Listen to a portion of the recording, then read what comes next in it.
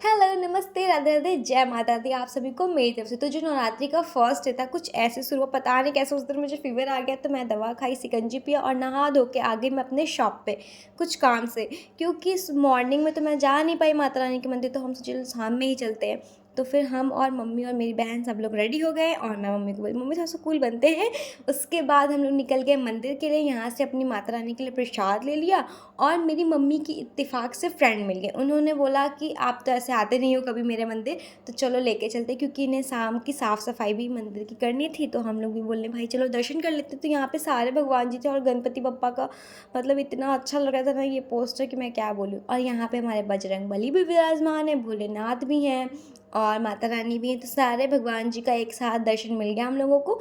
और इतनी बार बुलाती थी हम लोग नहीं जा पाते थे, और इत्तेफाक से नवरात्रि के फर्स्ट डे ही जाना हुआ हम लोगों का। और हमारी माता रानी इतनी प्यारी लग रही थी, और वैसे भी आज इनका श्रृंगार हुआ है तो और ज़्यादा प्यारी लग रही थी, वैसे भी प्यारी लगती ही है हमेशा।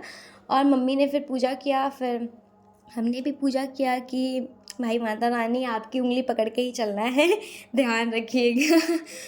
और फिर उसके बाद हम एक और मंदिर जाना था जो कि हम नवरात्रि में हमेशा जाते हैं, शीतला जी के मंदिर। तो वहाँ पे हम लोग गए।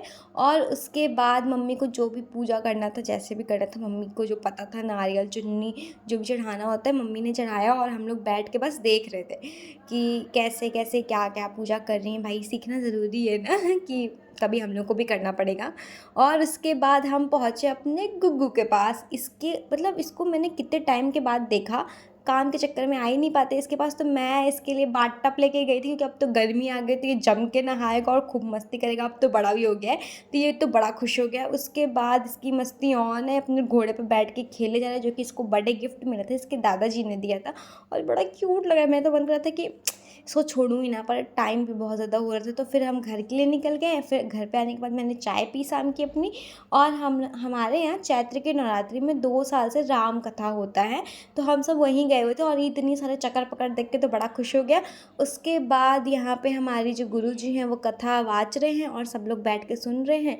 उसके बाद यहाँ पे जब वो भजन गाते हैं तो सारी औरतें बच्चे झूमने लगते। सबका फेवरेट एक भजन है जय जय राम कथा।